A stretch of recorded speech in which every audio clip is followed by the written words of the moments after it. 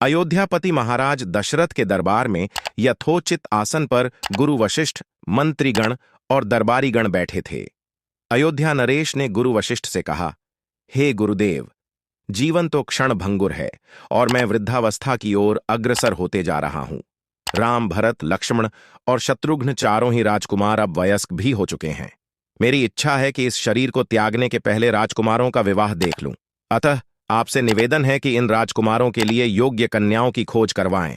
महाराज दशरथ की बात पूरी होते ही द्वारपाल ने आर्षि विश्वामित्र के आगमन की सूचना दी। स्वयं राजा दशरथ ने द्वार तक जाकर विश्वामित्र की अभ्यर्थना की और आदरपूर्वक उन्हें दरबार के अंदर ले आए तथा गुरु वशिष्ठ के पास ही आसन देकर उनका यथोचित सत्कार किया। कुशलक्षेम पूछने के पश्चात राजा दशरथ ने विनम्र वाणी में आर्षि विश्वामित्र से कहा, हे मुनिश्रेष्ठ, आपके दर्शन से मैं कृतार्थ हुआ तथा आपके चरणों की पवित्र धूलि से यह राज दरबार और संपूर्ण अयोध्यापुरी धन्य हो गई। अब कृपा करके आप अपने आने का प्रयोजन बताइए। किसी भी प्रकार की आपकी सेवा करके मैं स्वयं को अत्यंत भाग्यशाली समझूंगा। राजा के विनयपूर्ण वचनों को सुनकर मुनि विश्वामित्र बोले, हे राजन, आपने अपने कुल की मर्यादा के अनुरूप ही वचन कहे हैं। इक्ष्वाकु वंश के राजाओं की श्रद्धा भक्ति गौ, ब्राह्मण और अरषि मुनियों के प्रति सदैव ही रही है। मैं आपके पास एक विशेष प्रयोजन से आया हूं। समझिए कि कुछ मांगने के लिए आया हूं। यदि आप मुझे वांछित वस्तु देने का वचन दें तो मैं अपनी मांग आपके सामने प्रस्तुत करूं। आपके वचन न देने की दशा में मैं बिना कुछ मांगे ही वापस लौट जाऊंगा। महाराज दशरथ ने कहा, हे ब्रह्मर्षि, आप निसंकोच अपनी मांग रखें। संपूर्ण विश्व जानता है कि रघुकुल के राजाओं का वचन ही उनकी प्रतिज्ञा होती है। आप मांग तो मैं अपना शीश काटकर भी आपके चरणों में रख सकता हूं। उनके इन वचनों से आश्वस्त आर्षि विश्वामित्र बोले, राजन, मैं अपने आश्रम में एक यज्ञ कर रहा हूं। इस यज्ञ के पूर्णाहुति के समय मारीच और सुबाहु नाम के दो राक्षस आकर रक्त, मांस आदि अपवित्र वस्तुएं यज्ञ वेदी में फेंक देते हैं। इस प्रकार यज्ञ पूर्ण नहीं हो पाता। ऐसा वे अनेक बार कर चुके हैं। मैं उन्हें अपने तेज से श्राप देकर नष्ट भी नहीं कर सकता, क्योंकि यज्ञ करते समय क्रोध करना वर्जित है। मैं जानता हूं कि आप मर्यादा का पालन करने वाले आर्षि मुनियों के हितैषी एवं प्रजावत्सल राजा हैं।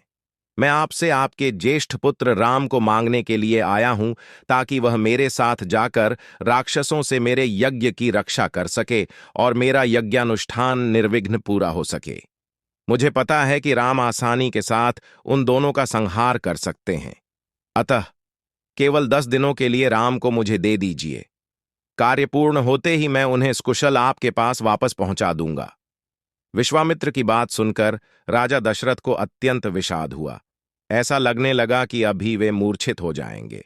फिर स्वयं को संभाल कर उन्होंने कहा, मुनिवर, राम अभी बालक है। राक्षसों का सामना करना उसके लिए संभव नहीं होगा। आपके यज्ञ की रक्षा करने के लिए मैं स्वयं ही जाने को तैयार हूं। विश्वामित्र बोले, राजन, आप तनिक भी संदेह न करें कि राम उनका सामना नहीं कर सकते। मैंने अपने योग बल से उनकी शक्तियों का अनुमान लगा लिया है। आप निशंक होकर राम को मेरे साथ भेज दीजिए।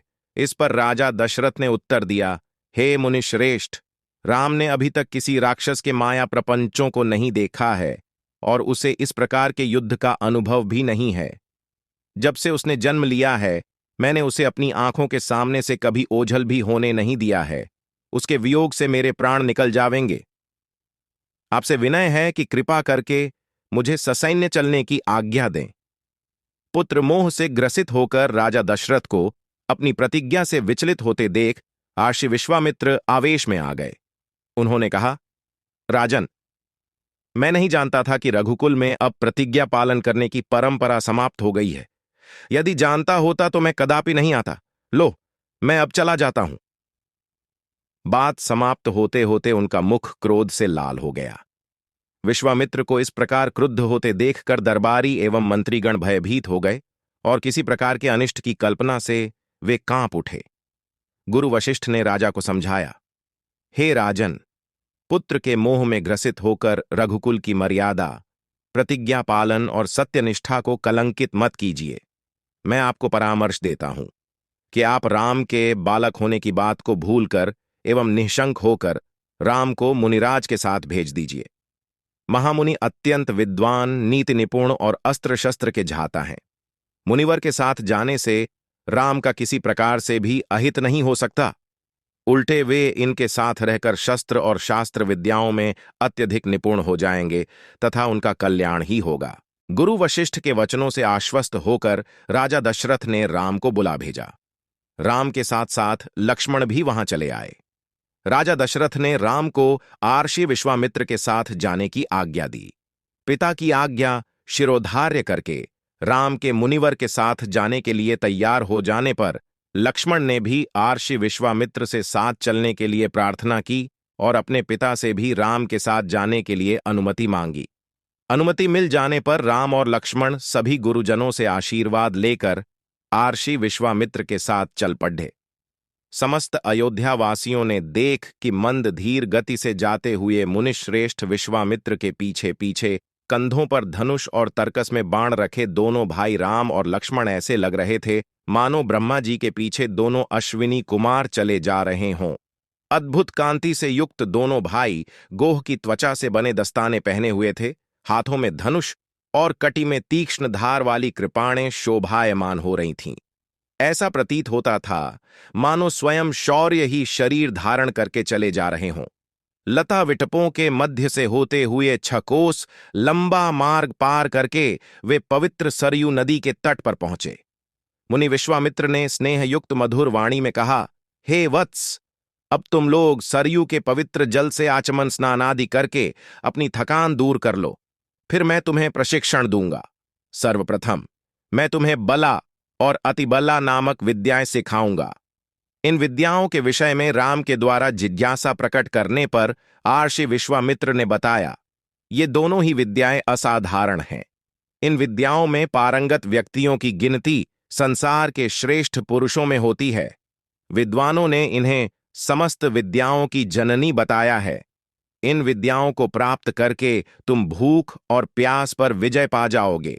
इन तेजोमय विद्याओं की सृष्टि स्वयं ब्रह्मा जी ने की है। इन विद्याओं को पाने का अधिकारी समझकर मैं तुम्हें इन्हें प्रदान कर रहा हूं। राम और लक्ष्मण के स्नानादि से निवृत्त होने के पश्चात विश्वामित्र जी ने उन्हें इन विद्याओं की दीक्षा दी। इन विद्याओं के प्राप्त हो जाने पर उनके मुखमंडल पर अद्भुत कांति आ गई। तीनों ने सरयू तट पर ही विश्राम किया। गुरु की सेवा करने के पश्चात दोनों भाई तृणशय्याओं पर सो गए।